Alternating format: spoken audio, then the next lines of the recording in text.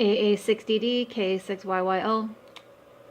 Yeah, good morning, K6YYL, AA6DD.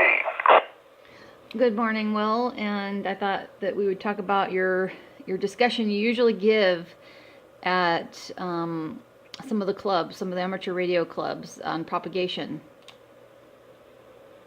Okay, yeah, that's a big subject. So we can probably get through part of it today. Go ahead. Okay, go ahead. Okay, Kim. Well, let's start with some of the history of why we know what we know. It actually kind of started with Michael Faraday in about the 1850s when he did electrical experiments for the first time as such, and realized the characteristics and was able to define electrical and phenomena that current flow created magnetic fields, and magnetic fields could create current flow. And from that, he eventually came to the conclusion, which was quite phenomenal, that light itself was an electrical phenomenon, electrical magnetic phenomenon.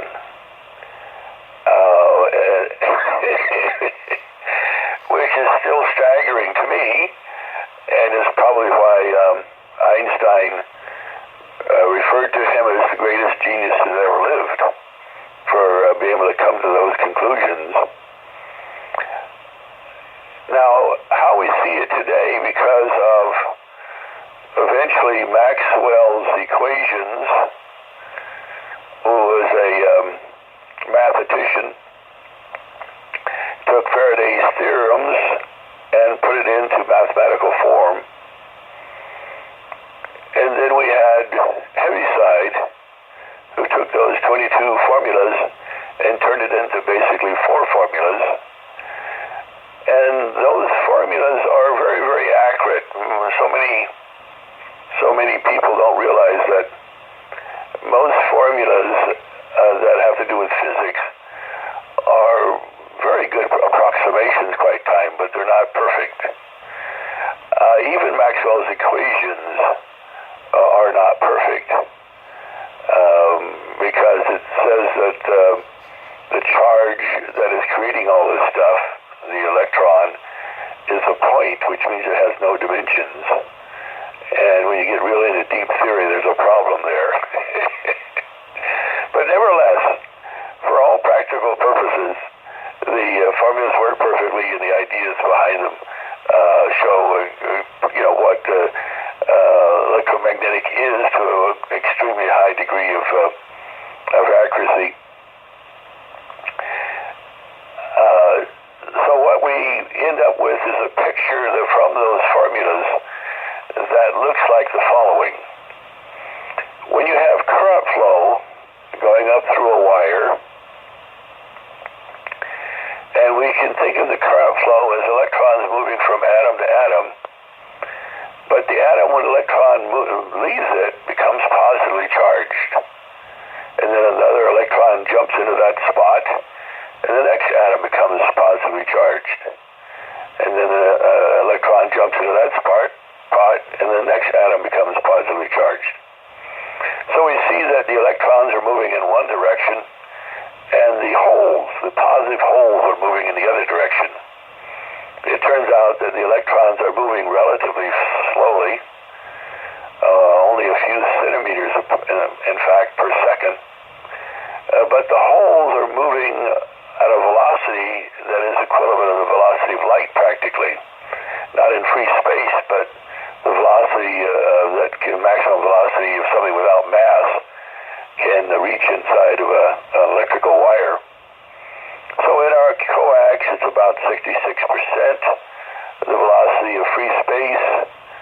If you have some twin lead, like ladder line, it's about 90% the velocity of free space of these positive holes flowing through the wire. Any questions questions at that point? No, go ahead. AA6DD, K6YYL. We'll probably do maybe 25 minutes more. Okay. So, as the positive flow goes into the antenna, you can kind of think of these as little positive circles, just for the sake of diagramming them. And these positive circles that are there have vectors pointing out. And as the positive charges move, those vectors start breaking down. Now, assuming this is a dipole, a half-wave dipole, and therefore it has an electrical wavelength, the spot is not really on the surface of the wire. This is called the Coulomb effect. The Coulomb charges are sitting there. Coulomb, another one of the great scientists back in the 1800s, and therefore we use his name. And so you can imagine that these arrows start being broken, but they're not broken on the surface. Electrons are moving on the surface, and the positive charges are moving on the surface. But the effect is actually about a 16th of a wavelength in the middle of the half-wave dipole, away from the antenna. And there becomes generated the Coulomb field. And the Coulomb field gives rise to two other fields, a magnetic field and a electrical field. The electrical field is at the ends of the tips of the pole. That's why it's called a dipole, because any instantaneous looking at that dipole, it has a positive end or a negative end, and it flips, it has a negative end and a positive end. So there's negatives and positives are flipping back and forth at the frequency of the half wavelength. And therefore we have sort of a very complicated picture taking place where the Coulomb field morphs itself into an electric wave and a magnetic wave that is radiating away from the antenna. This area of change is called the near field, and it's, like I say, fairly complicated. And so we don't, in the practical world, we don't tend to try to measure this particular area because it's so complicated. What we do is we get away from the antenna a ways and use field strength meters to measure it at a wavelength away, or more, multiple wavelengths. In fact, the further away we get, the more accurate we can measure what it is. But usually within about 10 wavelengths, it takes up its final form. For a dipole, it looks like an apple core, the radiated pattern. In other words, if I take an apple, I slice it right down the middle, and I look at it, and if I say the core of the apple is the dipole, the meat of the apple is where the energy is going away from. And you can see if the core is the dipole, the tips of the dipole have very little radiation coming off the tips. But broadside to the dipoles, there's lots of energy. And even on a 45-degree angle off from the side of the dipole, there's a huge amount of energy going away, or electromagnetic radiation.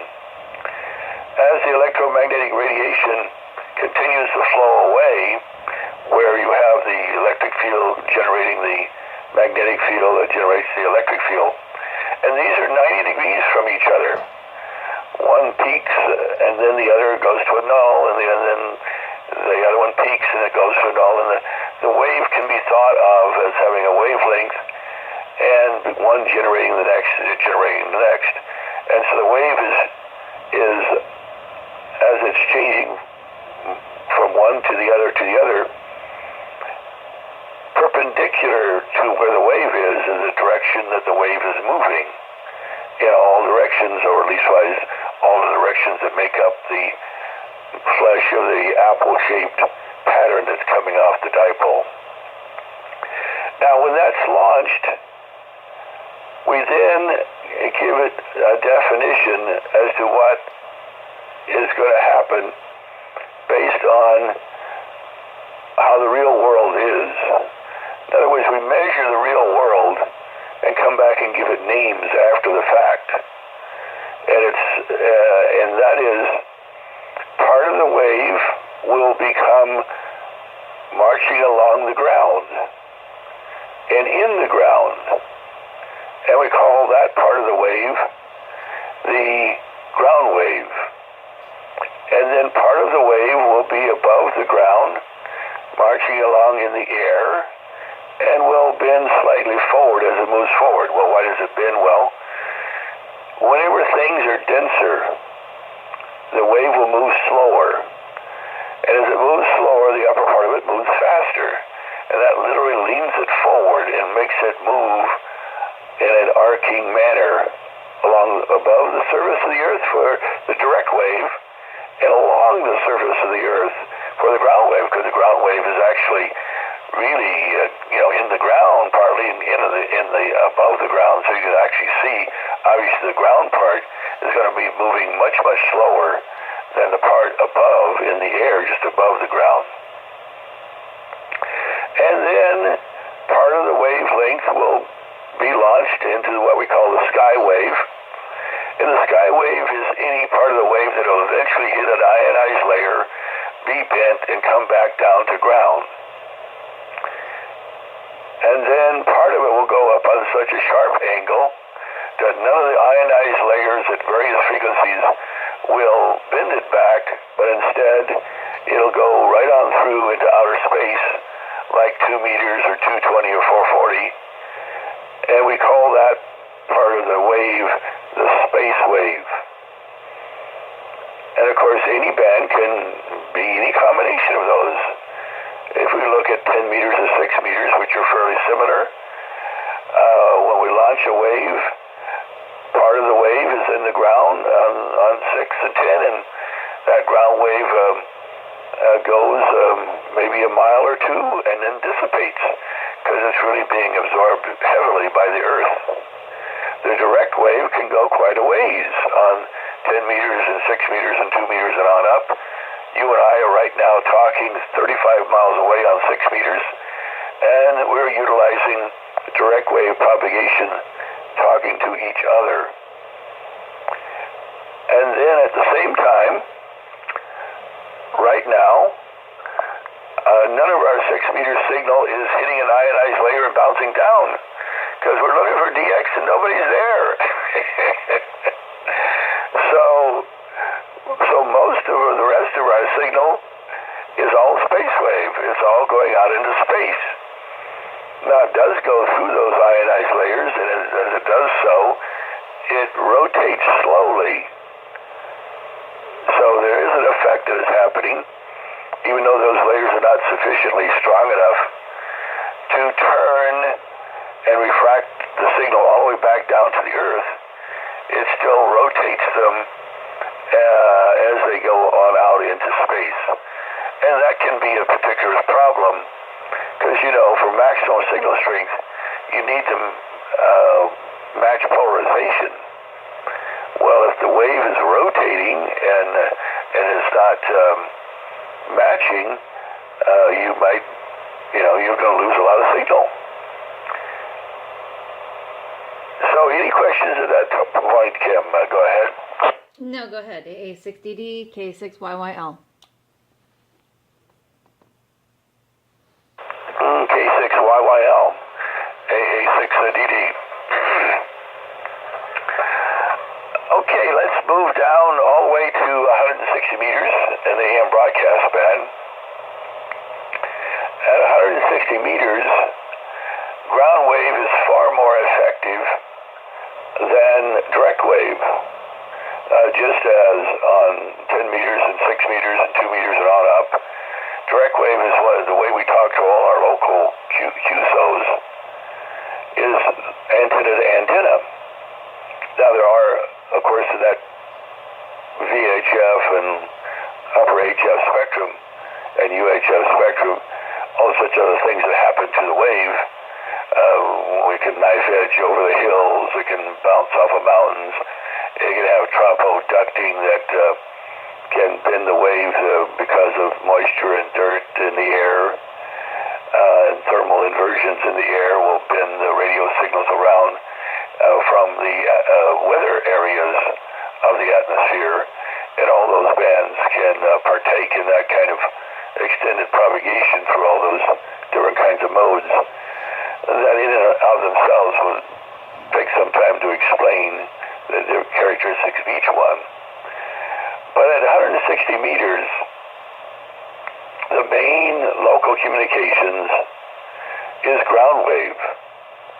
And so if you and I were talking 35 miles apart on 160 meters, one, we would need to be vertically polarized with a very efficient antenna, a good grounding system, and our signal would march that entire 35 miles over hill and dale all the way to your house, and voila, we would have communications. And it would be just as reliable as 6 meters. Our direct wave is very reliable here. You and I have never failed to make a communications on 6 meters between our locations. And so if we did the same thing on 160 meters, we could have the same effect. It would be there, very reliable, day and night, a kind of communications that you could completely depend on. Now we need to be vertical because horizontal on ground wave induces so much power into the earth, it eats it up twice as fast. So it turns out you have twice the distance that you can communicate on ground wave if you're running vertical polarization. So obviously, as you go up through the different bands on a 80 meters, ground wave is still the prevalent local communications mode. Even on 40, it's the prevalent local communications mode. On 20 meters, it kind of ties with ground wave. Ground wave and direct wave kind of tie with each other as what you're communicating for local communications. In fact, 20 meters is really a very poor band for local communications. When 20 meters is dead, it's really dead because it doesn't work very well for local communications. Then even when you get to 17 meters, the direct wave becomes dominant.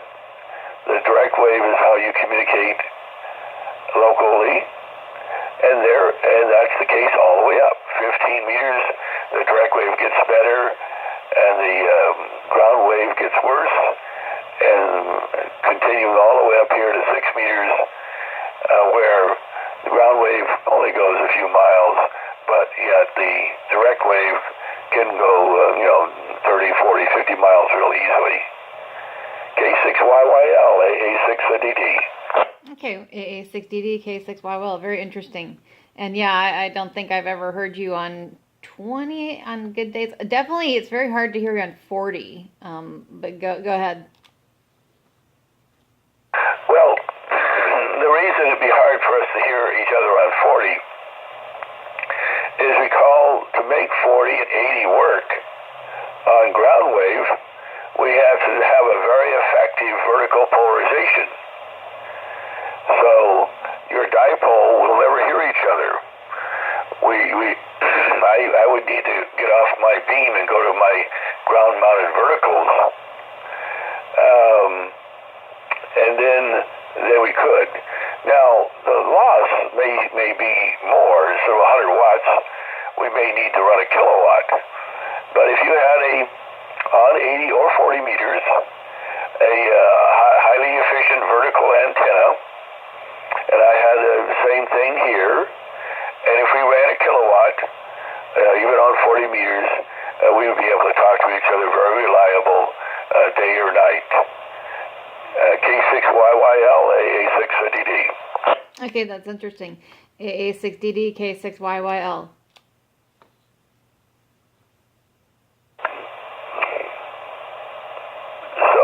That's the characteristics of because ham radio back in the 1920s was all about 160 meters. That's where everybody was.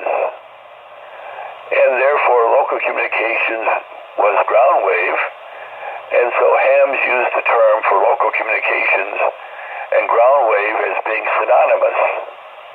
And even today, you'll find some older hams who erroneously, not understanding when they're talking on 10 meters or 6 meters or 2 meters, they will refer to your local signal as ground wave. And unless they are only a half a mile away, it's probably not ground wave, it's direct wave. And so you'll hear that being used, and just be kind to the person, correct them gently. But it isn't ground wave, it's direct wave. K6YYL, AA6DD. AA6DD, K6YYL. Okay, we have about 10 minutes, and then we can also do a part 2. Okay. Yeah, we'll have to do a part 2, and we'll get into the different layers, the E layer, the D layer, the F layer, the F1 layer, the F2 layer, the G layer, if you want to call it that, or the F3 layer, and define the different ionized. When we go into the space wave in a big way, but we'll go ahead and finish this one up.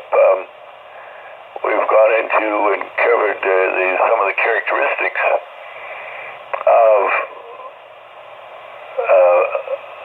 direct wave propagation.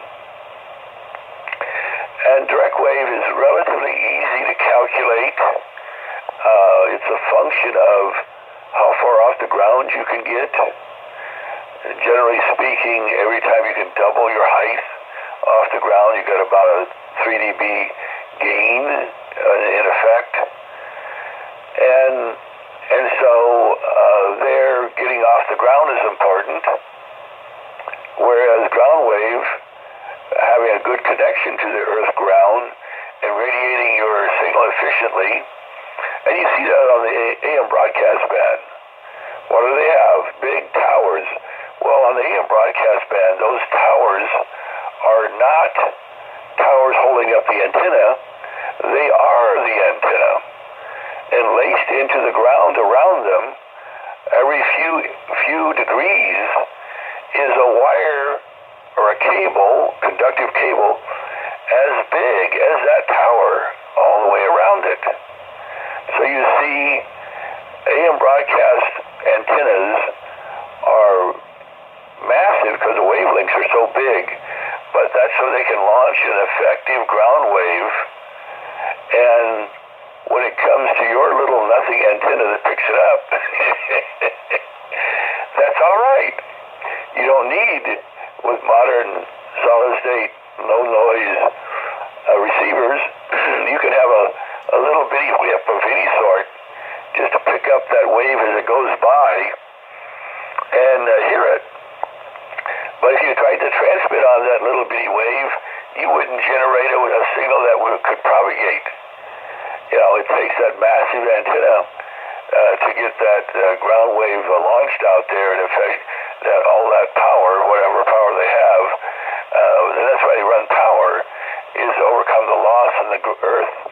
So you have 50,000 watt transmitters on the AM broadcast band because they're needed to overcome the earth losses, and that's why you see on the AM broadcast band what you see there. K6YYL, AA6DD. AA6DD, K6YYL. Okay. This is very interesting, and yeah, part 2 is definitely in order, I think, for sure. And who knows, even maybe a part 3, because there's so much, of course, and even more part 4. There's so much to cover here. You just can't cover it all in just a short time. Yeah, exactly.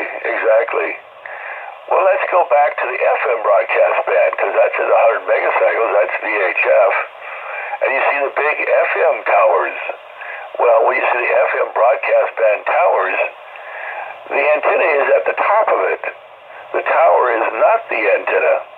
It's just the opposite. The antenna is up at the top, and there's something in modern FM antennas that is unusual that most hams are not familiar with. But instead of being vertically polarized or horizontally polarized, the FM antenna is way up there, and that's why the towers are so tall on 100 megacycles. FM broadcast, even though the wavelength is only about 3 meters in size, is that they want the height so that you can get that direct wave signal out there. And instead of being vertical or horizontal, which might get all messed up through knife edging and bouncing off of stuff, they go ahead and launch it circular.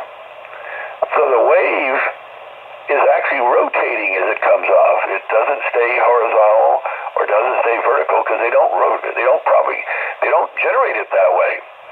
They have an antenna at the top of the FM broadcast band that creates a circular polarized signal, so it comes out rotating.